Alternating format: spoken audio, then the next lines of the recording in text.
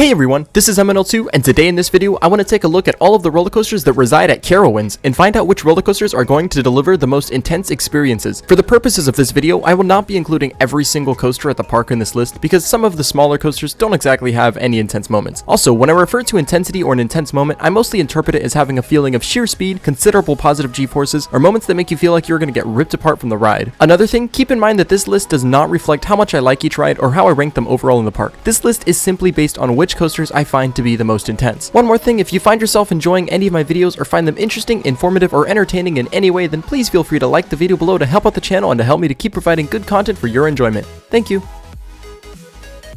First off, we have the park's generic Vacoma Boomerang. I've discussed the ride experience of a few boomerangs in the past, specifically the one at Six Flags Discovery Kingdom and the one at Kings Island, each in their respective ranking coasters by intensity videos that I made. So that being said, there's not much new to say about this boomerang other than the fact that it features the slightly newer Vacoma trains with the vest restraints. I do admit that these trains eliminate the possibility of headbanging on the flying cobras. However, this boomerang was still incredibly rough and rattly, and still uncomfortably shakes you around a bit and hurts your neck. But anyways, looking at the actual ride experience, the Cobra roll is fairly enjoyable, not extremely intense, and the same can be said about the vertical loop, at least when traversing the layout forwards. Like all boomerangs, this ride shines when it takes you through it backwards. Both the vertical loop and the Cobra roll offer the same incredibly bizarre sensations when going backwards, and you won't necessarily gray out or feel like you're gonna get torn from your seat, but you're most likely gonna find yourself questioning all of your life choices as you undergo a midlife crisis as you ponder every decision you've ever made that has led you to riding this roller coaster.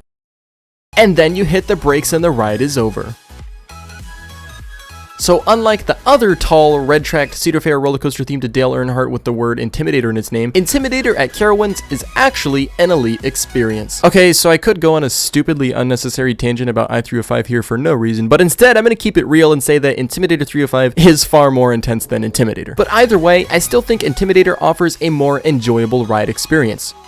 Cry about it. Anyways, Intimidator is a B&M Hyper, and of all the B&M Hyper coasters that I've ridden, Intimidator is my second favorite behind Diamondback. Although I find this ride to be extremely fun and enjoyable, I have to admit that it is not exactly that intense. This ride offers almost no gray out moments, and like most B&M Hypers, the airtime hills are entirely floater based, meaning it's not going to be very aggressive either. It's very mild, however, as the name suggests, it is still an intimidating experience, with a steep 211-foot drop followed by a plethora of gigantic camelbacks, all while delivering a super fun rushing speed sensation. I should also mention the trim brakes and how this coaster genuinely does suffer as a result of them, but nonetheless, Intimidator is still a moderately intense roller coaster at Carowinds. Copperhead Strike was probably the most surprising coaster that I rode during my entire visit to Carowinds. Prior to getting on this attraction, I had basically heard zero praise or hype about Copperhead Strike, and if anything, I haven't really heard much talk at all about this coaster. And so naturally, I didn't have particularly high expectations going into it. But after riding it, I really begin to question why it's rides like freaking Millennium Force or Ghost Rider that gets all the hype. Okay, you're watching an MNL2 video. Like, literally, what did you expect? Stop overhyping Ghost Rider. Anyways, Copperhead Strike offers such a large variety of sensations in one ride. It's got at least 3 amazing moments of hang time, some super aggressive ejector airtime moments, a little bit of Maverick-like lateral snap, and even a few good moments of positives. These aggressive airtime moments and bits of lateral snap and positives are truly what makes this ride one of the most intense and straight up fun roller coasters at Carowinds, and is overall a super underrated and underappreciated gem. Alright, so before I move to number 2, I just wanted to give a quick honorable mention to Nighthawk, as this coaster was unfortunately closed during my visit, and to my knowledge, it still is. Fortunately, I have experienced Batwing at Six Flags America several times, and although these two are not exactly identical, they are clones for the most part, and the majority of the layout is the same on both. So I feel like I have a basic understanding of Nighthawk in terms of its intensity, but since I have not genuinely ridden it, I will not be giving it a solid placement on this list. But assuming the ride experience is identical to that of Batwings, then Nighthawk would be placed right here between Copperhead Strike and the next coaster on this list. If you are curious to hear my thoughts on Batwing, the only other Vacoma Flying Dutchman left, then feel free to check out my video ranking Six Flags America's coasters by intensity. Anyways, moving on with the list. Talk about elite inverted coasters. At the time of recording this video, I have ridden exactly 10 B&M inverts, and I don't dislike a single one. Sure, you might hear me say Great Bear and Silver Bullet are my least favorite because they are tame, but they are not necessarily bad rides. If you're looking for bad rides, then go to California's Great America. You've got 2 of the worst coasters in all of California up there.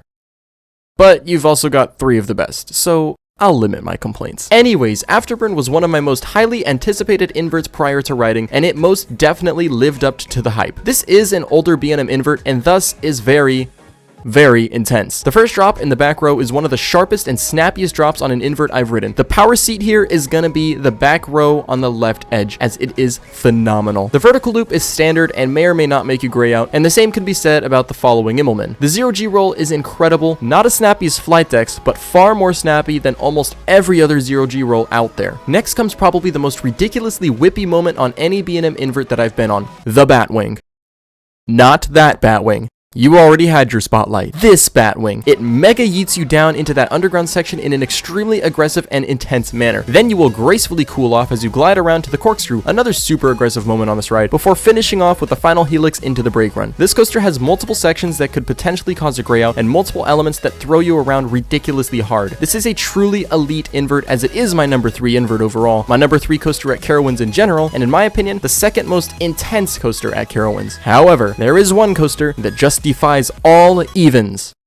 I mean odds. One coaster that dominates King's Carowinds.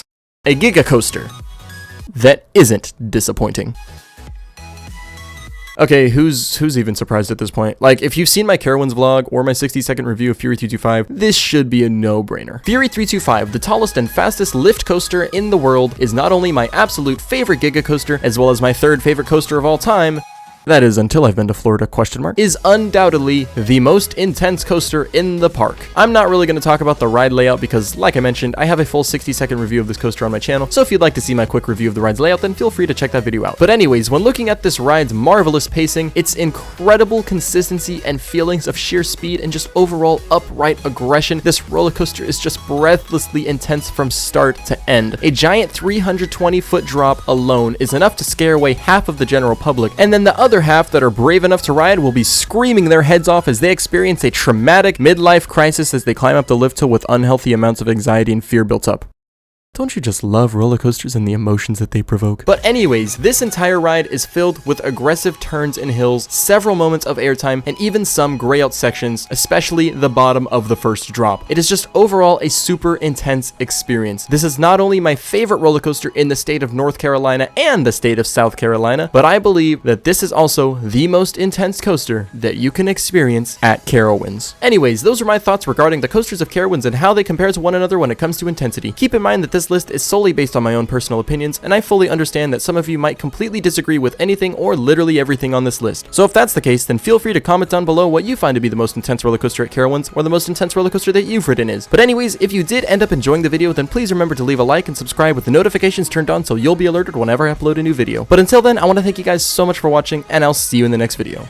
Goodbye.